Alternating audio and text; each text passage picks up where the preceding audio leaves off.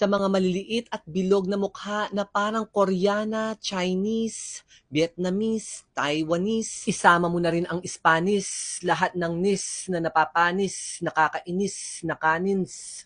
Ayan po ang nababagay at nararapat na gupit para sa inyo. Kagaya po ng nakshi natin, syempre kinulayan muna natin plus treatment para po mabuhay ang kanyang buhok-buhukan at maging healthy, bouncy look. O yan, kasanting ng kasanting inggupit-gupitan na niya, o hawi-hawian me, at saka may pikusog-kusog, pikalug-kalug, pigulwan-gulwan, keng-keng gamat-gamatan, at patse inarap me.